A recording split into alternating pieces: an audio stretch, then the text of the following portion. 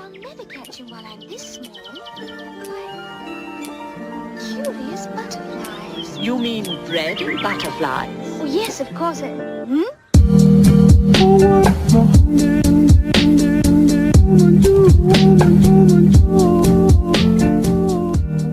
Hello my friends, I hope everybody is having a magical day. If you are new here, welcome. My name is Taylluna and I'm so happy to have you here.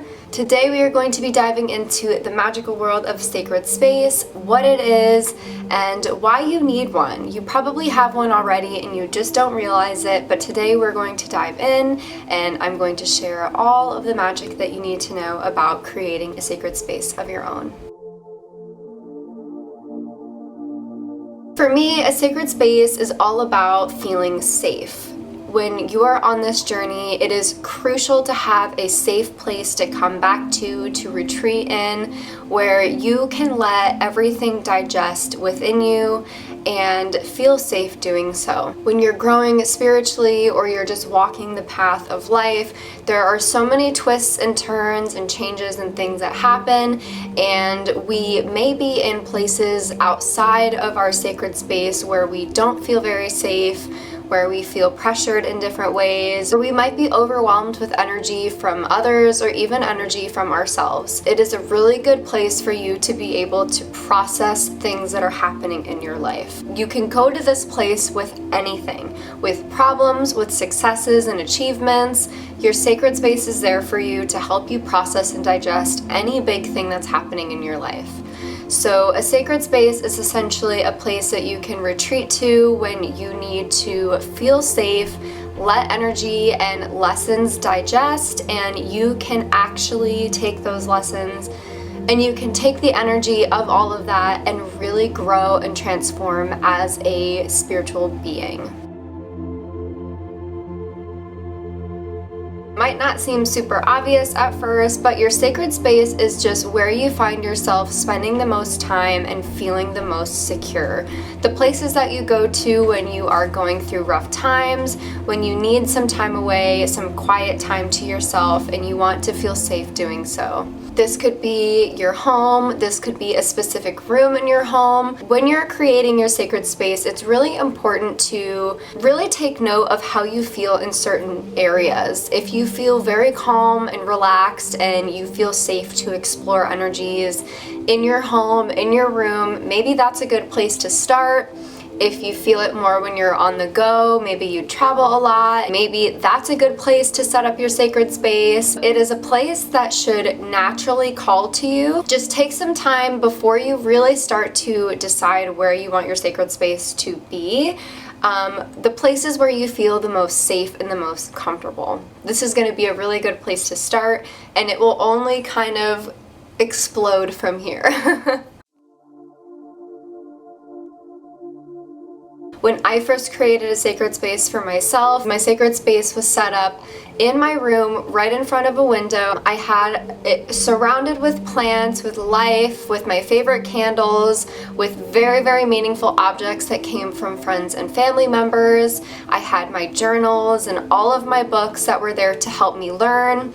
And it was a place that I found myself going to more often than anywhere else in my house. Sacred space doesn't have to be or look like anything in particular. It doesn't have to be this beautiful sacred altar, but it can be if that is what makes you feel comfortable. Your sacred space can just be a corner in your room with some comfortable pillows and maybe your favorite book and journal, or you can take it to the other extreme where it's creating an altar for yourself, bringing in decorative elements that appeal to all of your senses. I really go in depth about how to do this in my Inner Light Guidance spirituality course, which I will link down below. It comes with a sacred space creation checklist, so you can make sure that you are bringing in elements that are necessary and very helpful to be in your sacred space.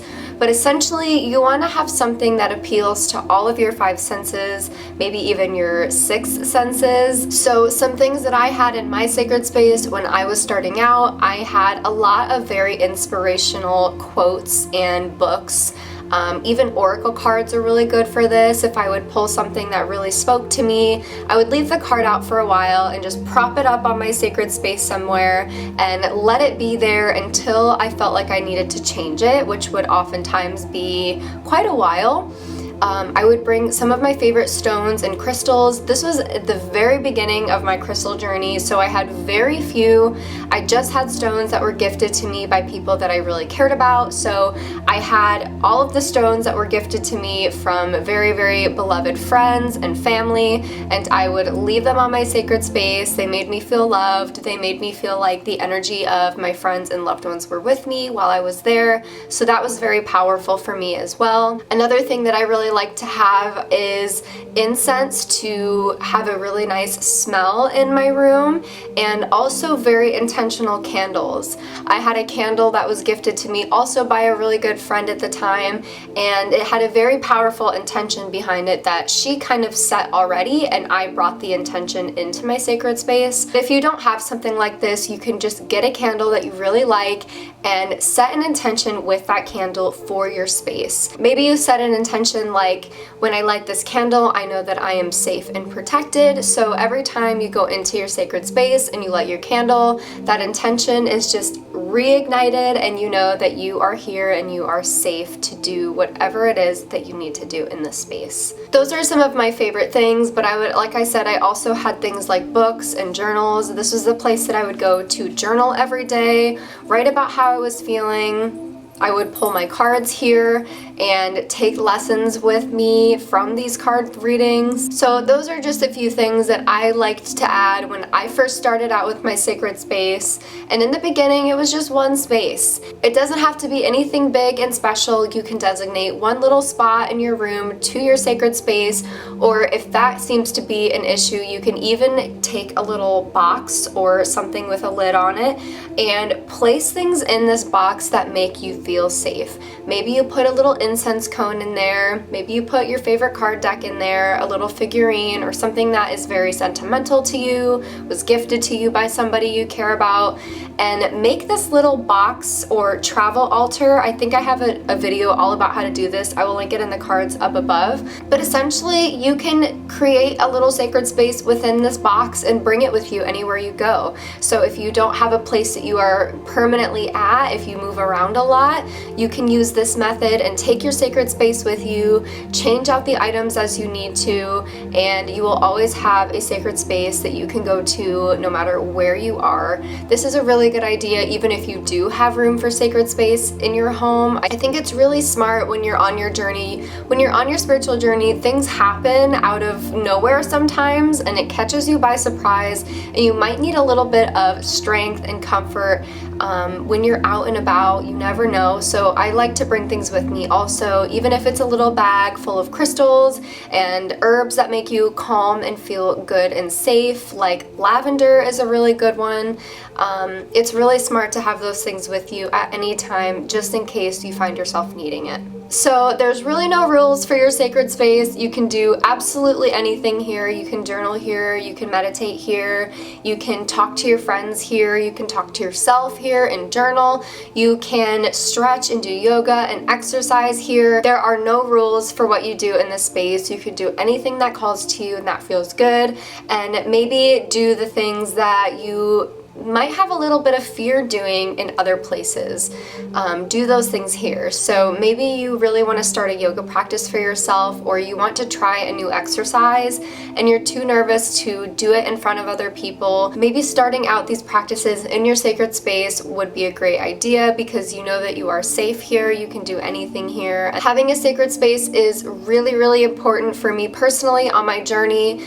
It has helped me tremendously with all of the things that I've been through. It has helped me also learn that my physical surroundings contribute a lot to the energy that I am feeling. So if I'm feeling down and I haven't changed up my sacred space in a while, something that I like to do is completely rearrange everything and move the energy around. Get things flowing in there, move things that maybe don't resonate with you anymore, and bring in new meaningful pieces that will help you in that present moment. And just remember that your surroundings are also energy, so if you're not feeling well, maybe try and moving around the physical space that's around you. I hope that you guys found this video helpful, and please, please, please send me photos of your sacred space if you feel comfortable doing so. I would love to see it. Tag me on Instagram at Taylluna so I can share it with the world, share it with all of you guys to get inspiration for your sacred space as well. Do what makes you feel good, and just know that this is a place for you to go anytime you need it, and you will always be safe in this sacred space. If you want to learn more about creating a sacred space, I would love to invite you to join Inner Light Guidance. It is my online spirituality course. The link is down below. It features a checklist like I mentioned, so if you need a little bit of guidance putting your sacred space together, if you want more specifics, this would be really great for you, so I will leave it down below. I would love for you to join. But we're also going to be talking a lot more on this channel about sacred spaces, decorating it with very intentional objects, and how being in this sacred space will actually help you connect with your spirit guides, therefore connecting you with your highest self. And I'm really excited to share these things with you guys, so make sure if you enjoyed to give this video a like, subscribe down below, and click the little bell if you want to be notified every time I share a new video with you guys. But that is everything. I love you guys to the moon and back, and I will see you in my next video. Mwah. Bye. Namaste.